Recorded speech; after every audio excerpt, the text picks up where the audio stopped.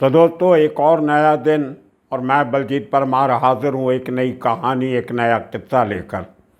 आज सबसे बड़ी खबर ये आ रही है कि दीपक टीनू को भगाने वाली वो लड़की, वो उसकी गर्लफ्रेंड है या किसी और की है, लेकिन उस लड़की की जिसकी इन्वॉल्वमेंट पाई गई है उसकी शनाख्त हो गई है।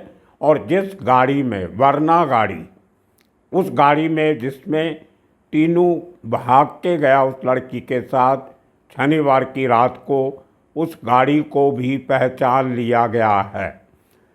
हुआ कुछ ऐसे कि वो जो स्टाफ कॉलोनी है, जिसको सिविल लाइंस कहते हैं, जहाँ पुलिस वालों के और मजिस्ट्रेट्स के घर हैं, जहाँ पे कोई सीसीटीवी कैमरा नहीं है, उसके बिल्कुल सामने एक 3 स्टार किस्म का होटल है। उस होटल के बाहर लगे हुए सीसीटीवी कैमरास में उस रात की कुछ हरकतें दर्ज हुई हैं, जिनको पुलिस ने अपने कब्ज़े में लेके उन सीसीटीवी फुटेज और उस रास्ते पे लगे और 3 कैमरों में से भी कुछ सुराग पुलिस के हाथ लगे हैं। जो अभी नए एसएचओ है मानसा के, उन्होंने खुद पूरी तफ्तीश अपने हाथ में ले ली है। बहुत अच्छा रेपुटेशन है उनका, पहले फिरोजपुर लुधियाना जगह पे अच्छा काम करके आए। जब सिद्धू मूसावाला केस में पहले आईओ और उस समय के एसएचओ को ट्रांसफ़र किया गया था, उसकी जगह पे इस नए ऑफिसर को लगाया गया और कहते हैं कि उसने अभी तक अच्छा काम किया है। लेकिन इतने सख्त ऑफिसर के होते हुए भी उसके सामने से उसी कंपाउंड में से सीआईए का एक हवलदार कम सब इंस्पेक्टर इतने बड़े अपराधी को 3 बार बाहर कैसे ले गया और इसकी भनक किसी को क्यों नहीं लगी? अगर लगी भी तो उसको रोका क्यों नहीं गया? रोका भी छोड़ो, इस बात की अंदरूनी इन्वेस्टिगेशन होनी चाहिए थी कि अगर ये ऑफिसर हमारा एक इतने बड़े आरोपी को बाहर लेके जाता है तो क्यों लेके जाता है। पुलिस के कान खड़े होने चाहिए थी, उनकी आंखें खुल जानी चाहिए थी। शायद इस करके सब चुप रहे या जानबूझ के चुप रहे, क्योंकि इस शख्स को, प्रितपाल सिंह को, बहुत लॉन्ग रोप सीनियर्स ने दिया हुआ था। बिल्कुल उसी तरह जैसे एक ज़माने में मुंबई के एनकाउंटर स्पेशलिस्ट को उस ज़माने के बड़े ऑफिसर्स ने खुली छुट्टी दे के रखी थी। इतनी खुली छुट्टी कि उन लोगों ने नकली एनकाउंटर किए, कुछ ऑफिसर्स के ऊपर रेप तक के इल्ज़ाम लगे, एक तरीके से मर्डर किए लोगों के, हाथ बांध के उनको गोलियां मारी गई और उसके बाद इतनी सारी रिश्वत के पैसे से, सेटलमेंट के पैसे से प्रॉपर्टीज़ बनाई।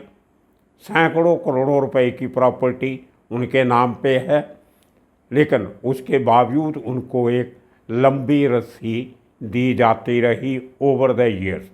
उसी किस्म के हालात पंजाब के सीआईए स्टाफ के हैं, भले वो किसी भी ज़िले के हों, लेकिन उनका काम करने का तरीका, जिसको अंग्रेज़ी में कहते हैं they are a power in themselves, वो अपनी ही एक ताकत रखते हैं जिसके आगे सब बौने लगते हैं। उसके कारण हैं, सबसे बड़ा कारण बड़े जो केसेस होते हैं, मर्डर के, ऑर्गेनाइज क्राइम के, टेररिज्म के, नार्को टेररिज्म के, ड्रग के, या बड़े लोगों की किसी किस्म की इन्वॉल्वमेंट वाले केस, वो आनन फानन में सब के सब सीआईए स्टाफ को दे दिए जाते हैं। ये पंजाब में जब दहशतगर्दी का माहौल चलता था, जिसको हम अतवाद का मौका भी कह देते हैं, या जो उसके समर्थक थे वो उसको स्ट्रगल का ज़माना कह देते हैं, उस समय पे सबसे ज़्यादा जो खुली छुट्टी दी गई उस समय की सरकार ने वो सीआईए स्टाफ को दे के रखी थी। अब ऐसा नहीं हो सकता बिल्कुल कि सीआईए स्टाफ का एक 2 स्टार ऑफिसर, जिसको एक रवायती स्टार दिए गए थे, बेसिकली वो हवलदारी था, उसकी पहुंच इतने बड़े लेवल पे होगी कि उसको कोई रोकने टोकने वाला नहीं था। यही एक कारण है कि उसकी इंटेरोगेशन में बहुत दिक्कतें आ रही। अब वही ऑफिसर, उसके सीनियर जूनियर, जो एक ज़माने में उसके साथ मिल के काम करते थे या दूसरे लफ्ज़ों में मिल बांट कर खाते थे, अब वो ऑफिसर किस मुंह से उसको पूछे कि तू सच बता। मुझे बिल्कुल ऐसा नहीं लगता कि इसकी खबर किसी और को नहीं होगी कि ये आदमी पिछले 3-4 दिनों से क्या कर रहा था। CIA स्टाफ में कोई अकेला ऑफिसर नहीं होता, वहाँ पे बहुत सारे कांस्टेबल, हेड कांस्टेबल, ऑफिसर और इस किस्म के लोग वहाँ हमेशा हाज़िर रहते हैं। और CIA स्टाफ के जो लॉकअप हैं वो आम लॉकअप से ज़्यादा बंदिश वाले होते हैं, सेफ होते हैं, वहाँ से भागना बहुत मुश्किल होता है। और एक प्रोसीजर होता है, स्टैंडर्ड प्रोसीजर, आप किसी भी आरोपी को पुलिस स्टेशन से या लॉकअप से बाहर लेके जाते हो तो उसकी एक डायरी एंट्री करनी पड़ती है। वो डायरी एंट्री नहीं की तो आप सबसे बड़े दोषी तभी बन जाते हो। भले आप कुछ भी लिखो उसमें, तफ्तीश के लिए लेके जा रहे हैं, रिकवरी के लिए लेके जा रहे हैं, कोई निशानदेही के लिए लेके जा रहे हैं, या किसी दूसरे जगह पे उसको पेश करना है इसके लिए लेके जा रहे हैं, तो किस किस्म का बहाना ही हो, लेकिन वो बहाना भी आपको उस डायरी में, स्टेशन डायरी में एंट्री करनी पड़ती है। अगर लॉकअप में है तो लॉकअप डायरी में एंट्री करनी पड़ती है। पुलिस स्टेशन से लॉकअप गया तो 2-2 एंट्री हो जाती है। पुलिस स्टेशन से इतने बजे निकला और लॉकअप में इतने बजे बंद किया, लॉकअप से इतने बजे निकाला, पुलिस स्टेशन लेके गए। तो ये सब सालों से बना हुआ एक प्रोसीजर है। अगर आप उसको फॉलो नहीं करते, जिसमें ज़रूरी नहीं आप उसमें सच्ची बात लिखो, जैसे मैंने कहा आप झूठ भी लिख सकते हो लेकिन लिखना पड़ेगा, ये सब चीज़ों को दरकिनार किया गया। और एक ऐसा प्रोसीजर भी होता है कि हर ऐसे सीरियस केसेस में एक सीनियर ऑफिसर, DYSP रैंक का ऑफिसर या सर्कल इंस्पेक्टर रैंक का ऑफिसर या 3 स्टार जो ऑफिसर होते हैं, इंस्पेक्टर, जिनको फुल इंस्पेक्टर बोलते हैं, वो इस पूरे मामले की निगाह रखते हैं और दूसरे तीसरे दिन स्टेशन डायरी को चेक भी करते हैं कि उसमें क्या लिखा हुआ है, कौन कौन से केस पुलिस स्टेशन में दर्ज हुए। वो जो FIR रजिस्टर होता है वो भी चेक करते हैं, जो एक नॉन कॉग्नाइजेबल ऑफेंसेस का रजिस्टर होता है वो भी चेक करते हैं, जो एक्सीडेंटल डेथ रजिस्टर ADR जिसको बोलते हैं वो भी चेक करते हैं।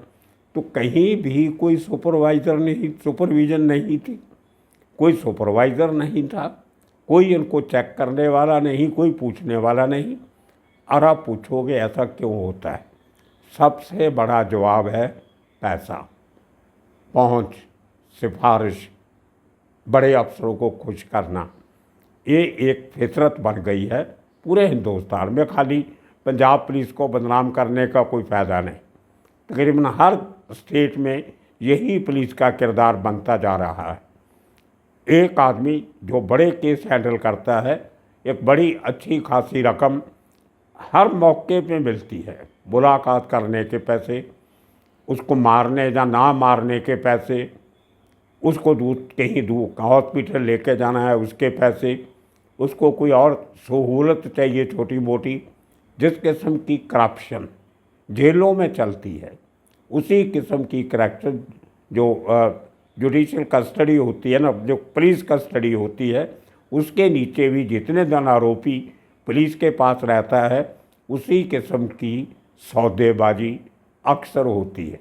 बहुत कम केसेस में होगा कि नहीं होती हो। फिर जो एक फिक्स्ड पैसा 2 नंबर के धंधों से आता है उसका कट सीनियर्स को भी दिया जाता है। मैं ये नहीं कहता कि DG तक पहुंचता होगा या एडिशनल DG तक जाता होगा, सारे ऑफिसर करप्ट भी नहीं होते, लेकिन जो एक्सेप्ट करते हैं वो उस जो एक इंटरनल गैंग जो चलता है उसके मेंबर बन जाते हैं। और अब आज के दिन में उसको कौन थप्पड़ मारेगा? वही लोग जो उसके साथ इंटरोगेशन करते थे आरोपियों की, जो थर्ड डिग्री इस्तेमाल करते थे मुलजमों के ऊपर या क्रिमिनल्स के ऊपर, अंडर इंटरोगेशन लोगों का। CIA का इंटरोगेशन मशहूर है पंजाब में। उनका एक बड़ा बड़ा अजीब लगता है ऐसा कहना कि एक बड़ा साइंटिफिक इंटरोगेशन सेंटर है खरड़ में, जहाँ पे लॉरेंस बिश्नोई को लाया गया, जग्गू भगवानपुरिया को लाया गया, इसी किस्म के जितने आरोपी बड़े बड़े पकड़े जाते हैं उनको उस खरड़ वाले CIA इंटरोगेशन सेंटर के दर्शन करवाए जाते हैं। उनकी वहाँ पे सेवा की जाती है बड़े तरीक़ों से। अब उस किस्म की सेवा क्या वही लोग जिनके साथ मिलके ये इस किस्म के काम करते थे, आज उस ऑफिसर के साथ भी उसी किस्म का सलूक करेंगे? मुझे नहीं लगता। जिन लोगों ने उससे हराम की कमाई का हिस्सा लिया होगा वो लोग आज किस मुंह से उसको थप्पड़ मारेंगे? ये बहुत एक शर्म वाली बात है, एक सर झुकाने वाली बात है। इतना करप्शन नीचे से ऊपर तक हो गया सिस्टम में कि उसको रोकना लगता है कि बहुत मुश्किल हो गया है। अगर आप उन लोगों को हटा के दूसरे लोगों को इंटरोगेशन देते हो, उनके साथ सहयोग नहीं होगा। अब बाहर के लोग अगर आके इन्वेस्टिगेशन करते हैं तो उनको वह पूरी बात नहीं बताई जाएगी, वो किससे सहयोग लेंगे, किससे कोऑपरेशन मांगेंगे, और फिर आगे इंटर डिपार्टमेंटल दुश्मनियां बढ़ जाती हैं। आज आपने किसी ऑफिसर के खिलाफ एक्शन ले लिया तो उसके बाकी के ऑफिसर आपसे नाराज़ हो जाएंगे, आगे वाले दिनों में आपको कहीं कोऑपरेट नहीं करेंगे। तो ये बहुत एक ताना बाना ऐसा हो गया है, ऐसा लिप्त हो गया है करप्शन में कि उसको बयान करना भी कई बार मुश्किल हो जाता है। शायद यही दिक्कत आज के दिन में मानसा के उसी इंटरोगेशन रूम में प्रितपाल सिंह को इंटरोगेट करने के समय सामने आ रही होगी। अब इस शख्स को सबके बारे में सब कुछ पता है, कौन ऑफिसर कहाँ से कितने पैसे कमाता रहा है, किस ऑफिसर ने किसकी किस केस में फेवर की, किस ऑफिसर ने किस आदमी को सुविधाएं दी। आप इसको आज अगर थर्ड डिग्री करोगे या उसको ज़्यादा तंग करोगे तो वो एक ही बात बोलेगा, मेरा मुंह मत खलवाओ। मैंने बोलना शुरू किया तो आप सबकी हालत ख़राब हो जाएगी। ये बहुत चिंता का विषय है। पुलिस कहती है कि प्रितपाल सिंह इन्वेस्टिगेशन में कोऑपरेट नहीं कर रहा। कोऑपरेट क्यों करेगा? वो अपने गले में रस्सी क्यों डालेगा? आप सबके सामने उसने जो किया, आप सबसे मिल के किया, आपकी देख रेख में किया। हाँ, अगर उसके साथ प्रॉपर इन्वेस्टिगेशन होती, उसके वो सीनियर जिनको पता था क्या कर रहा है उनको सज़ा मिलनी चाहिए थी, और जो कहते हैं हमें नहीं पता कि क्या कर रहा था उनको ज़्यादा सज़ा मिलनी चाहिए, क्योंकि इस बातों का पता रखना, ज्ञान रखना उनकी ड्यूटी थी, उनकी जिम्मेदारी थी। जो कहते हैं हमें नहीं पता, हमें बिना बताए इसने काम किया, तो आप सीनियर किस काम के हो? आप क्या सुपरविज़न करते हो अगर आपको पता ही नहीं कि आपका नीचे वाला क्या कर रहा है? तो ये बहुत एक सीरियस इशू है, और एक तरीके से पूरी CIA स्टाफ को ओवरहॉलिंग की ज़रूरत है, जैसे मुंबई में अभी क्राइम ब्रांच की ओवरहॉलिंग हुई। एक ज़माना था जब हर ऑफिसर मुंबई पुलिस का पुलिस स्टेशन छोड़ के क्राइम ब्रांच में काम करना चाहता था। आज क्राइम ब्रांच में कोई जाने को तैयार नहीं है, क्योंकि वहाँ पे कोई आमदन नहीं है, वहाँ पे वो पहले वाला असर रसूख नहीं है, कोई काम नहीं है क्राइम ब्रांच में। मक्खियाँ मार रहे हैं सब क्राइम के ऑफिसर बैठे पुलिस स्टेशन में पोस्टिंग ढूंढ रहे हैं, लेकिन खाली जगह नहीं है इसलिए पोस्टिंग नहीं मिल रही। अब बाबुओं की तरह सुबह 10 बजे आते हैं, शाम को 6 बजे घर चले जाते हैं। कोई ऐसा केस नहीं आता जो क्राइम ब्रांच को दिया जा सके। और दूसरा, ऑर्गेनाइज क्राइम वैसे ही बहुत कम हो रहा है मुंबई में, जो साइबर क्राइम है वो बढ़ रहा है। तो इसलिए आजकल ज़्यादा से ज़्यादा ऑफिसर साइबर क्राइम सेल में जाना चाहते हैं, क्राइम ब्रांच में नहीं जाना चाहते।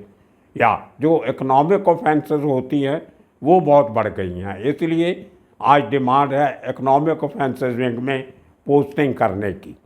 इसी तरह से पंजाब के CI स्टाफ की भी ओवरहॉलिंग होनी बहुत ज़रूरी है।